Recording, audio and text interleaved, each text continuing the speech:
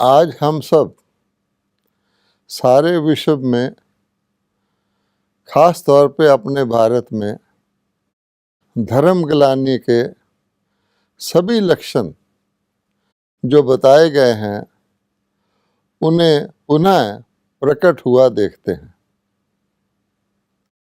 धर्म ग्लानि का अर्थ क्या होता है कि जिस चीज़ का जो ओरिजिनल यानी असली स्वरूप है वो बिगड़ जाए। जैसे आजकल कई लोग कह देते हैं कि आजकल तो जहर भी असली नहीं मिलता। कोई कहता है मैंने जहर खाया था पर उसका असर ही नहीं हुआ, अर्थात जहर अपना धर्म छोड़ चुका है। इसी प्रकार से हर चीज़ अपना धर्म छोड़ चुकी है। जैसे समुंदर है, नदियां हैं। अब समुंदर का धर्म क्या था कि नीचे रहे, धरती पर ना आए। आज समुद्र कई प्रकार के तूफान ला करके कितनी तबाही मचा देता है, और आगे तो और भी तबाही की संभावना सभी लोग फोरकास्ट कर रहे हैं। नदियां अपना पाठ छोड़ चुकी हैं, क्योंकि हर चीज़ अपनी जब मर्यादा को उल्लंघन कर दे, जिसकी जो मर्यादा है उसको कहा जाता है धर्म ग्लानि।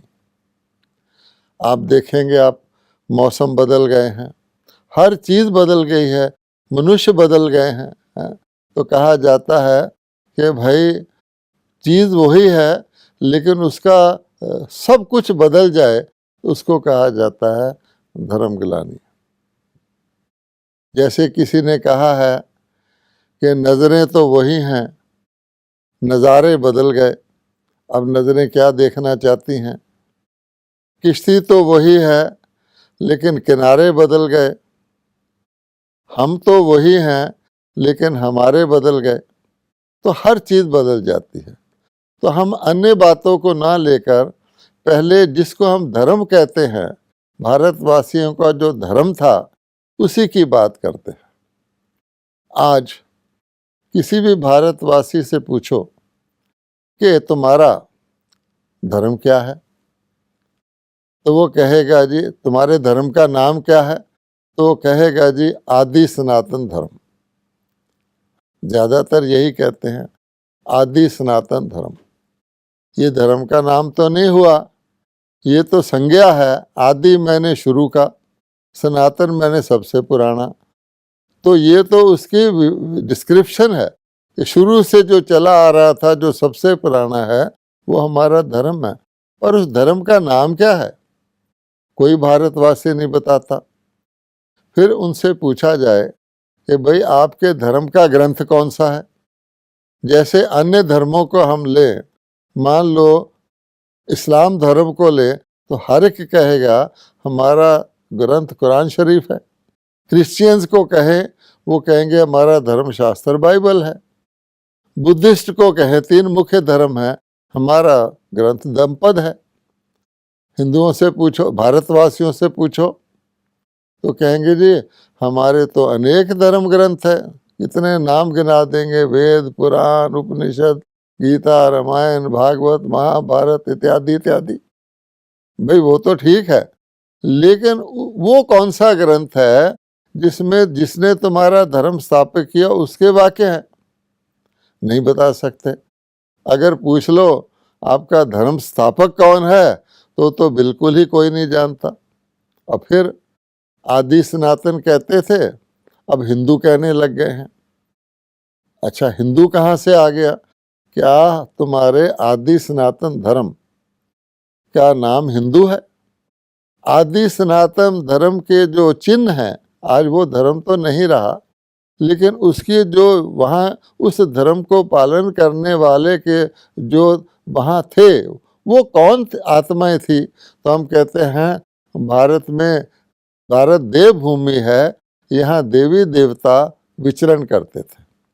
अच्छा, अब देव भूमि का चिन्ह मंदिर है भारत में, देवी देवताओं के अनेक मंदिर हैं। आप देवी देवताओं के मंदिर में चले जाएं, मान लीजिए आप श्री लक्ष्मी श्री नारायण के मंदिर में चले जाएं, तो हम क्या कहेंगे? श्री लक्ष्मी श्री नारायण हिंदू हैं या हिंदुओं के देवता हैं? उनको जो पूजा कर रहा होगा कोई भगत आके उनको नमन कर रहा होगा, उनके आगे कोई कीर्तन कर रहा होगा, वो हिंदू है, वो हिंदू कहलाता है। लेकिन देवता तो हिंदू नहीं कहलाते, हम कहेंगे हिंदुओं के देवता। लेकिन वो जो देवता थे उनका धर्म क्या था? तो हम सब जानते हैं कि हमने अपने धर्म को, धर्म गिलाने का यही चिन्ह है कि वास्तव में हमारा धर्म आदि सनातन देवी देवता धर्म था। लेकिन क्योंकि अब हम देवी देवता नहीं रहे, देवी देवताओं के लक्षण हमारे में नहीं हैं, देवी देवताओं के नाम तो हम अपने ऊपर रख लेते हैं। आप देखिए किसी भी भारतवासी को, उसका नाम या तो लक्ष्मी होगा या नारायण होगा या किसी का नाम रामचंद्र होगा, किसी का कृष्ण चंद्र होगा, आदि आदि, सीता होगा। लेकिन नाम ही है ना। अगर सचमुच हमारे नाम के अनुसार हम जीवन व्यतीत कर रहे होते तो हमें क्या शर्म आती जो हम ये कहते कि हमारा धर्म देवी देवता धर्म है। लेकिन अब तो हम नाम देवताओं पर रखा हुआ है, घरों में देवताओं के चित्र भी लगाते हैं। और हमारे देश में हर मोहल्ले में, हर गली में और सारे भारत में स्थान स्थान पर कौन सा ऐसी जगह होगी जहाँ देवी देव का मंदिर नहीं होगा, जहाँ हम रामनवमी नहीं मनाते होंगे, जहाँ हम जन्माष्टमी नहीं मनाते होंगे। फिर भी हम ये कहने से शर्माते हैं कि हमारा धर्म देवी देवता है। हम कहते हैं हमारा धर्म आदि सनातन है। तो इसका नाम क्यों गुम कर दिया? इसी को धर्म गिलानी कहते हैं।